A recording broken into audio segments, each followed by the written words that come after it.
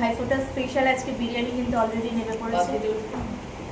হ্যাঁ, বিরিয়ানি বাড়ি কাটা হবে। সুন্দর করে স্যালাড সাজিয়ে রেখেছে, অবশ্যই কিন্তু ভিডিওর জন্য। স্যালাড সাথে আছে ফিশ ফ্রাই, মশালা কোক, সাথে রয়েছে গরম গরম চিকেন চাপ। বিরিয়ানির এত গন্ধ যাচ্ছে আর অপেক্ষা করতে পারলাম না, আমিও বসে পড়েছি। রাইস সাথে এই নরম নরম আলু আর সালাড। Biryani is love, স্বর্গসুখ।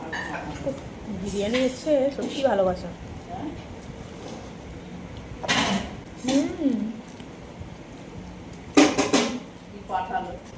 কেমন হয়েছে